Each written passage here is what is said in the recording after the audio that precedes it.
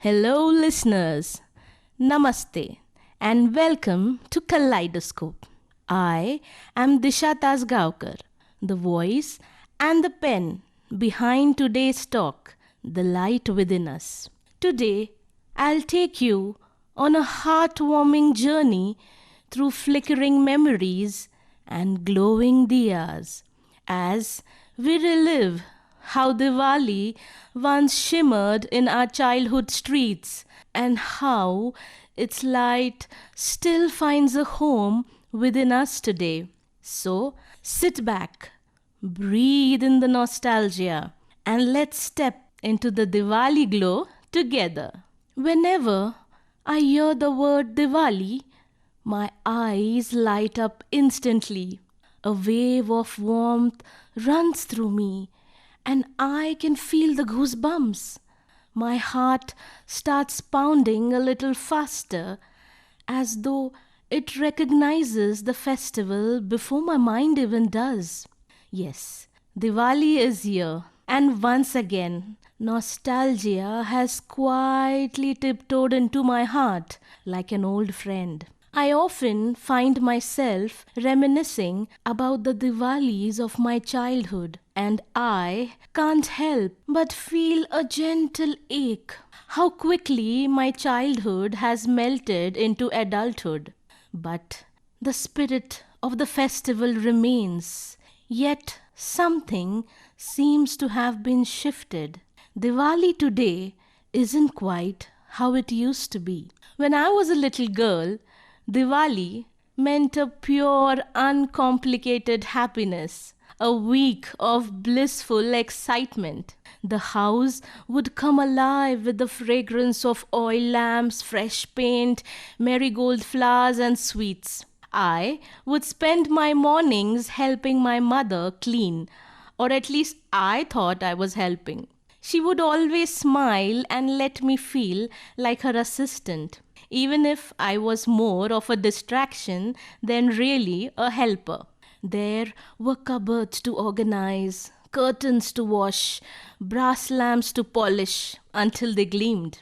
And oh, the thrill of trying my tiny hands at rangoli.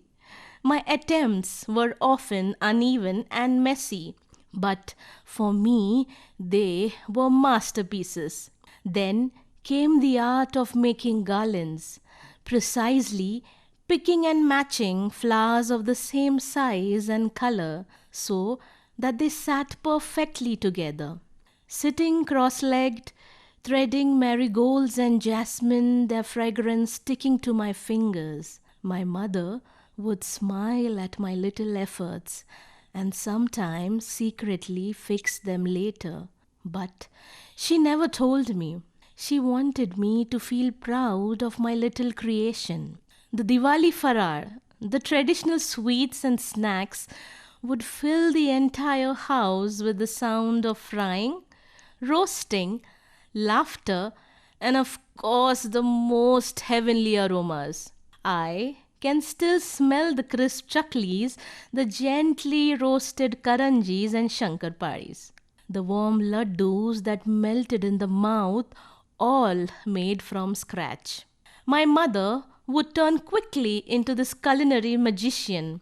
Back then, every recipe carried the taste of patience and love, not instant mixes or store bought boxes, but hours of labor, laughter, togetherness, and stories shared across the kitchen. As evening fell, the whole city seemed to transform. Every doorway glowed with rows of twinkling diyas. Every street shimmered under twinkling lights. Neighbors, regardless of status or wealth, joined in to celebrate with equal fervor. Not emojis, but with real smiles, sharing the same sense of belonging. The air itself felt lighter, filled with laughter, music, and a sense of togetherness that words can never fully capture. We children ran around with sparklers, and the crackling of fireworks filled the air. We would compete to see whose rangoli was the brightest, whose crackers were the loudest. And of course, then came the moment of peace, the highlight, worshipping Goddess Lakshmi, the bringer of prosperity and goodwill. My mother would gather us all near the altar, her voice gentle yet powerful, as we prayed for happiness and peace. Even though I was small, amidst the flicker of lamps and the scent of incense, I felt something spiritual in that silence. Like the light from the diya was not just outside, it was lighting something within me. I remember feeling the kind of joy that only innocence can bring. But even as a curious child, I had one persistent question. I? Why do we celebrate Diwali with so much grandeur?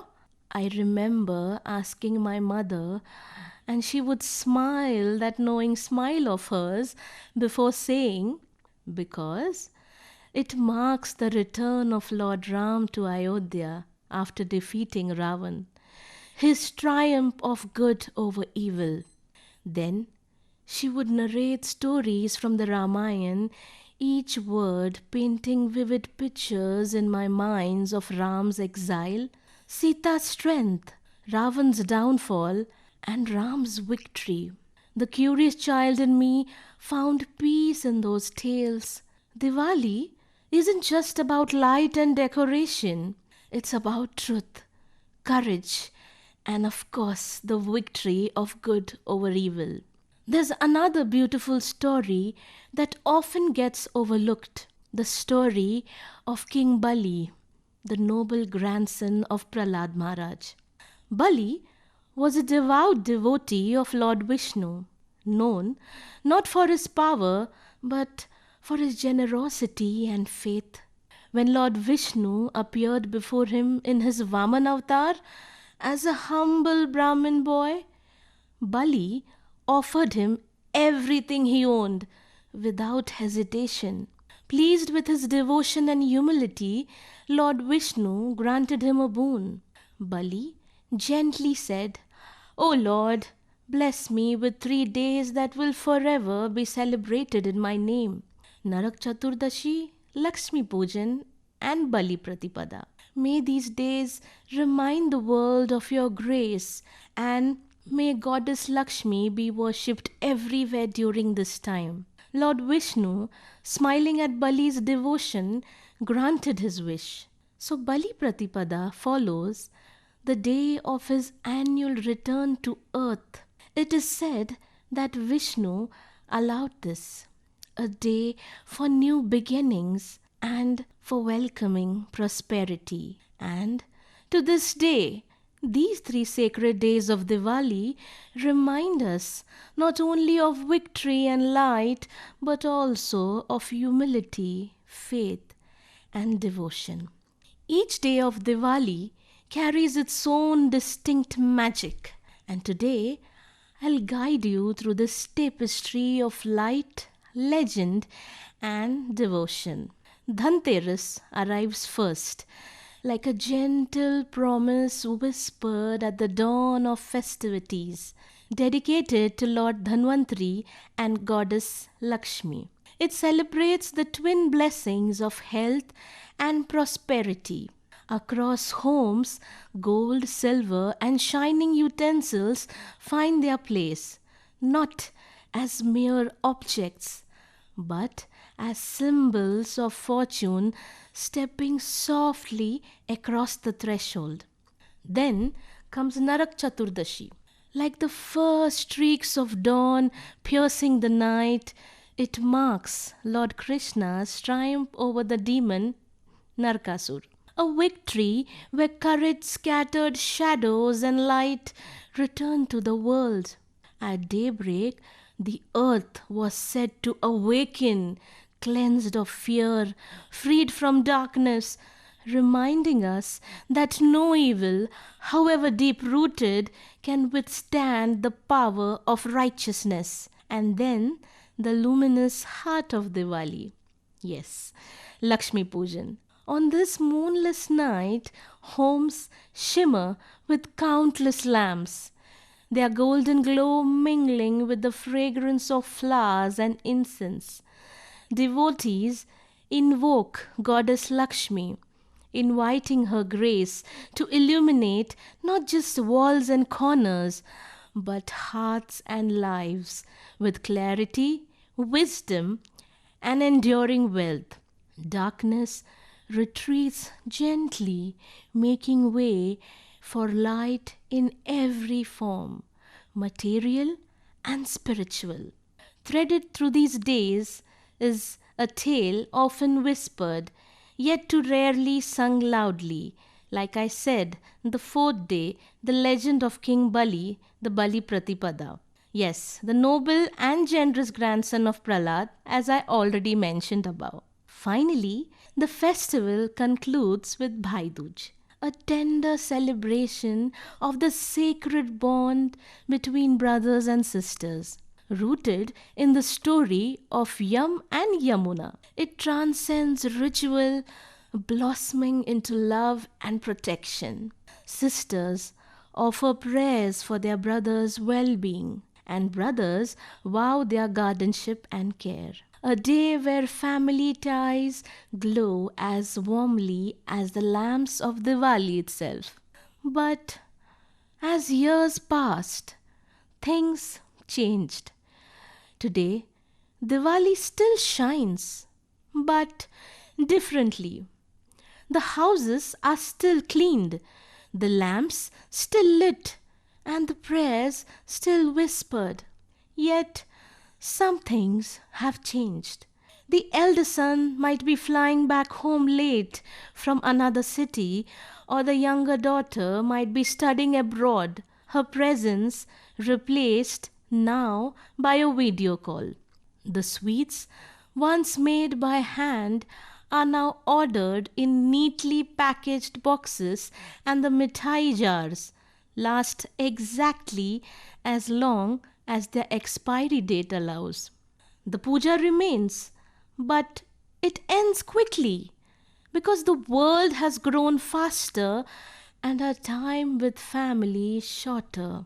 Technology has made everything simpler, faster even.